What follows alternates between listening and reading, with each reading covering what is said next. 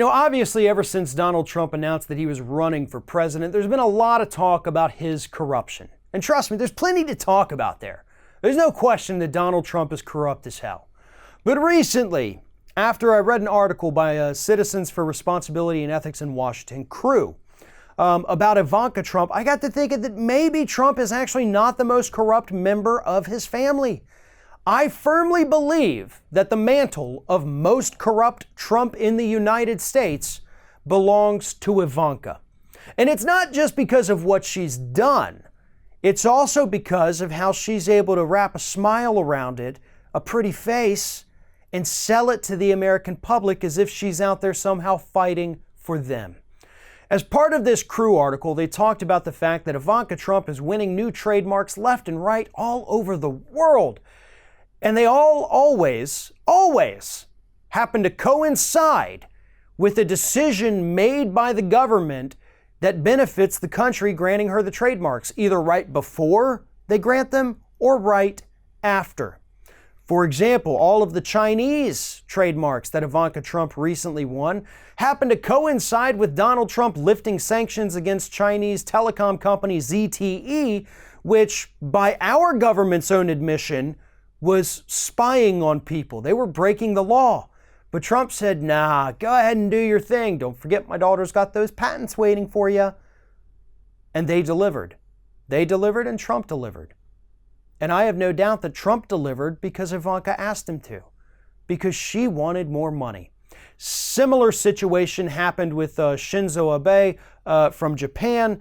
She met with him, Mike Pence met with him, then suddenly, boom, they approve a bunch of new trademarks for Ivanka Trump. And here's the thing. Ivanka Trump has no real role, no defined job at the White House. In fact, there have been reports saying that most people in the White House have no idea why she's even there, what she does. They don't know.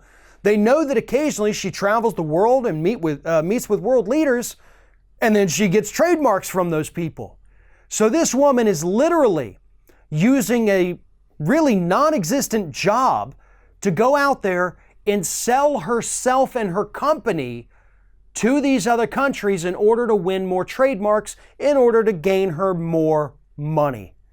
This woman needs to be investigated today. And in fact, she actually is under investigation at the moment, looking into some of the deals that she has made. But we need a broader investigation. There is very clearly some pay to play here happening. There are conflicts of interest. There are all kinds of potentially criminal activities taking place at the hands of Ivanka Trump. Someone needs to be looking into this diligently, and as good as these watchdog organizations are, they're not the ones who can get into all of the details and documents and meetings that somebody inside the White House could. An inspector general, for example, or a special prosecutor. We need organizations like CREW out there. They're the ones who help expose this, but ultimately they're not the ones who can do as in-depth digging. They can't get search warrants. They can't get subpoenas. So we need someone with that power to come forward, because I guarantee you, if we were to look more into her, if we were to find out what she's doing, who she's meeting with, and what she's getting in return, Ivanka Trump would probably spend at least a decade, maybe more, in federal prison for not only scamming U.S. taxpayers, but scamming the federal government and using this non-existent position that she has to make herself a little bit more wealthy.